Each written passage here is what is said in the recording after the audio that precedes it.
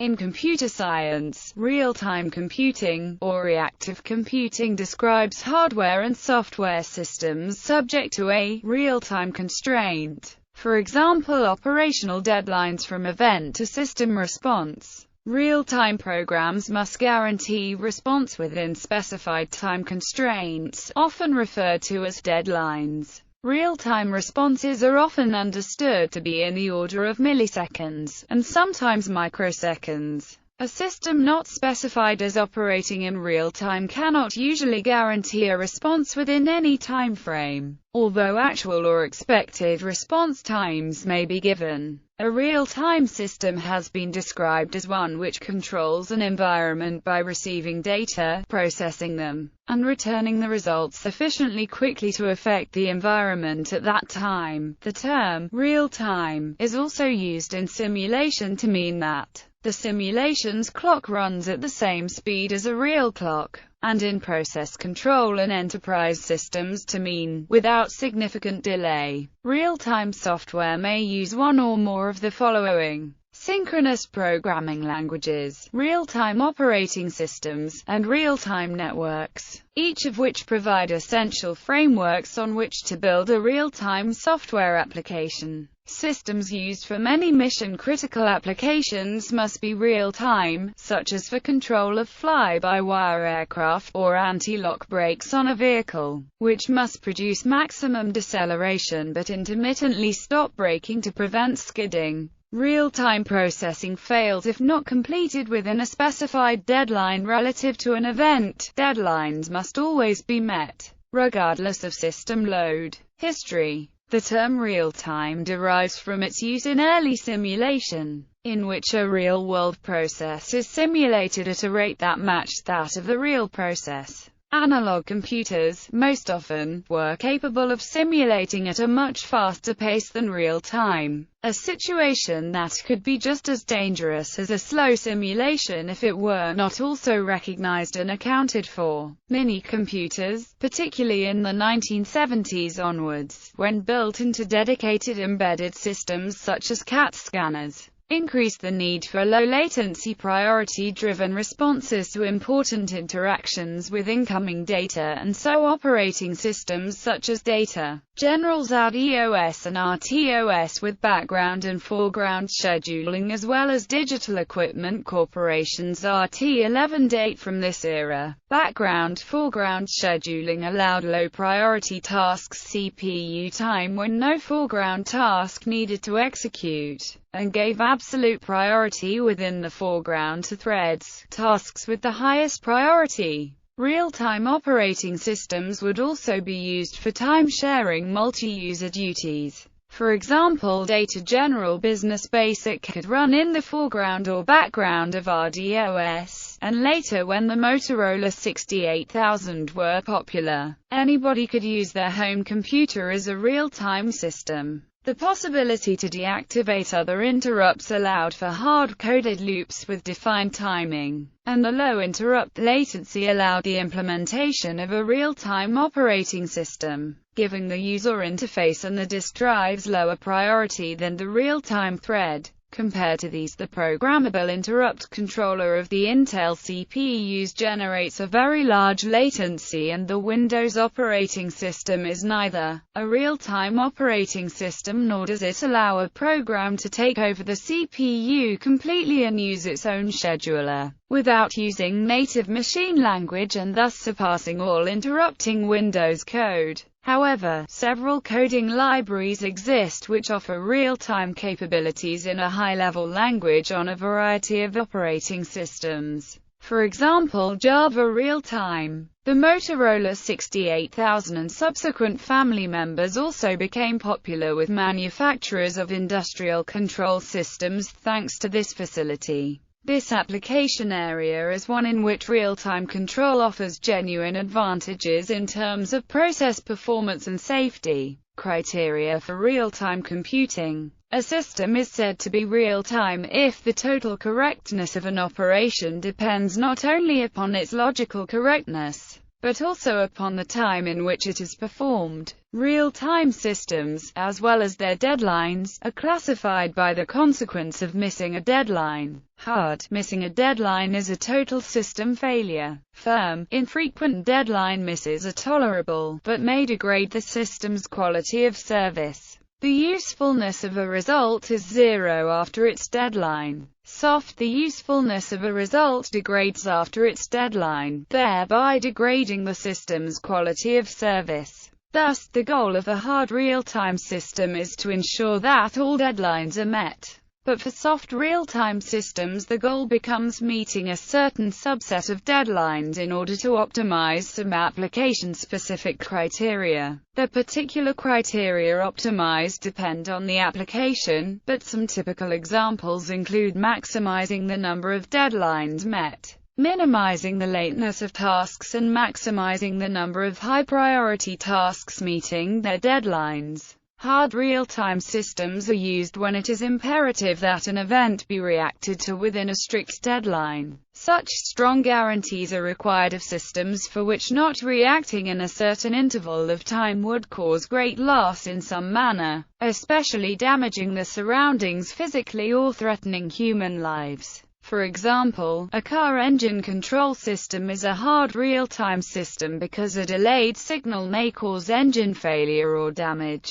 Other examples of hard real-time embedded systems include medical systems such as heart pacemakers and industrial process controllers. Hard real-time systems are typically found interacting at a low level with physical hardware in embedded systems. Early video game systems such as the Atari 2600 and Cinematronics vector graphics had hard real-time requirements because of the nature of the graphics and timing hardware. In the context of multitasking systems, the scheduling policy is normally priority-driven. Other scheduling algorithms include earliest deadline first, which, ignoring the overhead of context switching, is sufficient for system loads of less than 100%. New overlay scheduling systems, such as an adaptive partition scheduler, assist in managing large systems with a mixture of hard real-time and non-real-time applications.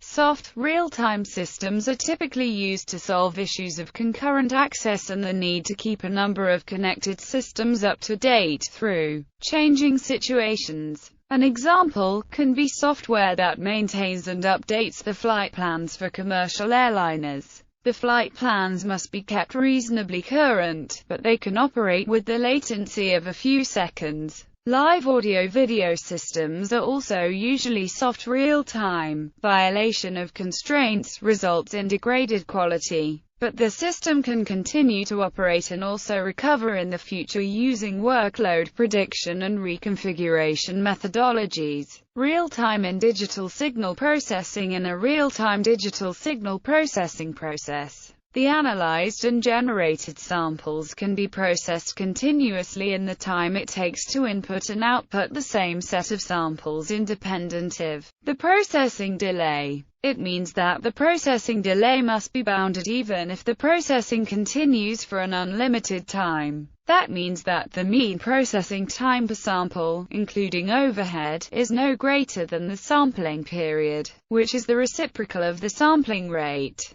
This is the criterion whether the samples are grouped together in large segments and processed as blocks or are processed individually, and whether there are long, short, or non-existent input and output buffers. Consider an audio DSP example. If a process requires 2.01 seconds to analyze, synthesize, or process 2.00 seconds of sound, it is not real-time. However, if it takes 1.99 seconds, it is or can be made into a real-time DSP process. A common life analog is standing in a line or queue waiting for the checkout in a grocery store. If the line asymptotically grows longer and longer without bound, the checkout process is not real-time. If the length of the line is bounded, customers are being processed, and output is rapidly, on average, as they are being inputted, and that process is real-time. The grocer might go out of business or must at least lose business if they cannot make their checkout process real-time. Thus, It is fundamentally important that this process is real-time. A signal processing algorithm that cannot keep up with the flow of input data with output falling farther and farther behind the input is not real-time. But if the delay of the output is bounded regarding a process that operates over an unlimited time, then that signal processing algorithm is real-time, even if the throughput delay may be very long. Real-time signal processing is necessary, but not sufficient in and of itself. For live signal processing, such as what is required in live event support,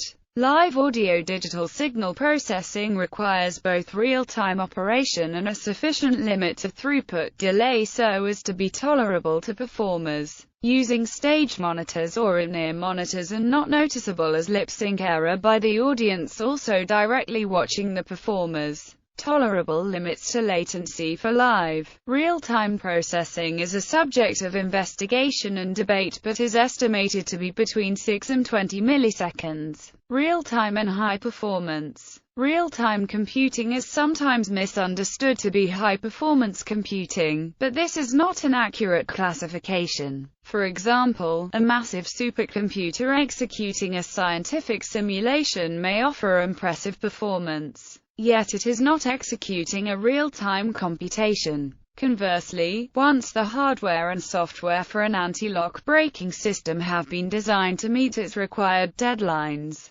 no further performance gains are obligatory. Hence, such a network server would not be considered a real-time system. Temporal failures are typically small and compartmentalized but are not catastrophic failures. In a real-time system, such as the FTSE 100 index, a slowdown beyond limits would often be considered catastrophic in its application context. Therefore, the most important requirement of a real-time system is predictability and not performance. Some kinds of software, such as many chess-playing programs, can fall into either category. For instance, a chess program designed to play in a tournament with a clock will need to decide on a move before a certain deadline or lose the game, and is therefore a real-time computation, but a chess program that is allowed to run indefinitely before moving is not. In both of these cases, however, high performance is desirable. The more work a tournament chess program can do in the allotted time, the better its moves will be. And the faster an unconstrained chess program runs, the sooner it will be able to move.